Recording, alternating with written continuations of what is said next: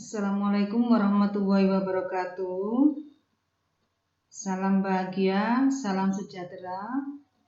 Alhamdulillah anak-anakku, pada pagi hari ini atau pada hari ini kita masih bisa bermuwajahah atau bertatap muka walaupun lewat pembelajaran daring atau lewat pembelajaran jarak jauh. Semoga pada pelajaran atau pembelajaran lewat jarak jauh ini tidak mengurangi semangat anak-anak belajar untuk mencari ilmu.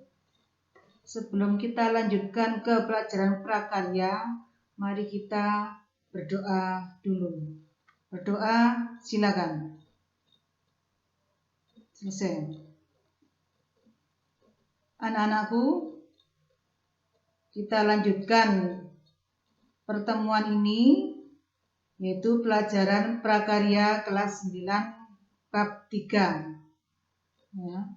Kita lanjutkan prakarya bab 3 tentang budidaya ikan konsumsi.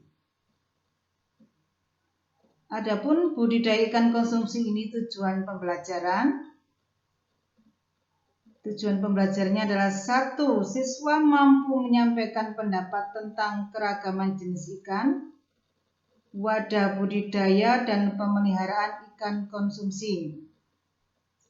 Yang kedua, mengidentifikasi jenis, sarana produk, dan teknik pembuatan wadah dan budidaya ikan konsumsi. 3. Merancang pembuatan wadah budidaya dan pemeliharaan ikan konsumsi. 4. Membuat, mempraktekkan, menguji, dan mempresentasikan pembuatan wadah dan pemeliharaan ikan. Itulah anak-anakku tujuan pembelajaran pada budidaya ikan konsumsi. Kita lanjut. Komoditas ikan. Jenis-jenis ikan. Ikan dari air asin, ikan dari air tawar, ikan dari air payau. Contoh ikan air asin adalah hiu, lumba-lumba, tuna, dan kakap. Contoh ikan air tawar: mujair, sepat, patin, cupang, dan lain-lain. Contoh ikan air payau: lele, belut, keting, dan lain-lain. Itulah contoh dari ikan, jenis-jenis ikan. Kita lanjut ke wadah budidaya ikan. Beberapa jenis wadah budidaya dalam perikanan. 1. Kolam ikan. 2. Kolam ikan tradisional atau ekstensif. 3. Kolam ikan semi-intensif. 4. Kolam ikan intensif. 5. Bak. 6. Akuarium ikan. 7. Akuarium ikan umum dan kelompok. Itulah wadah budidaya ikan. Selanjutnya, sarana ikan konsumsi. Sistem budidaya atau aquaculture pada pembesaran ikan dikelompokkan menjadi 2. 1. Sistem budidaya ikan daratan. 2. Sistem budidaya air. Kita lanjut. 1. Sistem budidaya ikan daratan. Contohnya kolam air tenang, kolam air deras, kolam atau tambak, bak, akuarium, dan tangki. Itu sistem budidaya ikan daratan. Yang kedua, sistem budidaya berbasis air. Jaring apung, jaring tancap, keramba, dan kombongan. Itulah contoh dari sistem budidaya berbasis air. Selanjutnya, teknik budidaya, yaitu persiapan wadah budidaya, teknik persiapan. Saya ulang, teknik budidaya ada 2 macam. Yang pertama, persiapan wadah budidaya. Yang kedua, teknik persiapan. Hari ini anak-anak kita bahas tentang persiapan wadah budidaya, yaitu nomor 1 ini. Kita bahas persiapan wadah budidaya. Persiapan wadah menggunakan kolam meliputi pengeringan dasar kolam, perbaikan pematang, pengolahan dasar kolam, perbaikan saluran air masuk dan keluar, pemupukan, pengapuran, dan pengisian air kolam. Kita simak satu persatu. Sekarang yang A, pengering dasar. Ya, tadi kan kolam meliputi pengering dasar kolam. Nah, yang A, pengering dasar. Agar bakteri pembusuk yang dapat menyebabkan ikan sakit, racun sisa, dekomposisi bisa terbuang. Itu tujuannya pengeringan dasar.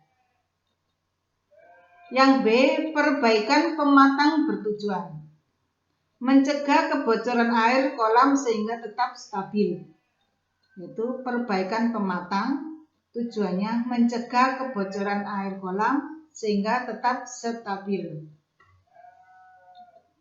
Yang C, pengolahan dasar kolam, di mana dasar kolam berupa tanah. Pengolahan ini dilakukan dengan mencangkul dasar kolam sedalam 10-20 cm. Tanah tersebut dibalik dan dibiarkan kering 3-5 hari. Bertujuan untuk mempercepat berlangsungnya proses. Kita lanjut yang D, perbaikan saluran air. Saluran pemasukan dan pengeluaran air dilengkapi dengan saringan yang bertujuan untuk menjaga agar tidak ada hama yang masuk ke dalam kolam dan benih ikan budidaya yang ditebarkan tidak kabur atau keluar kolam. Itu perbaikan saluran air. Yang E, pemupukan. Pemupukan tanah dasar kolam bertujuan untuk meningkatkan kesuburan kolam. Yang F, pengapuran. Sebaiknya dilakukan setelah pengolahan tanah.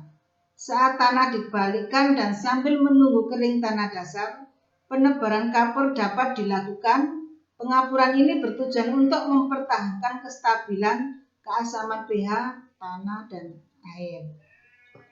Itulah anak-anak teknik budidaya pada pembahasan persiapan wadah budidaya.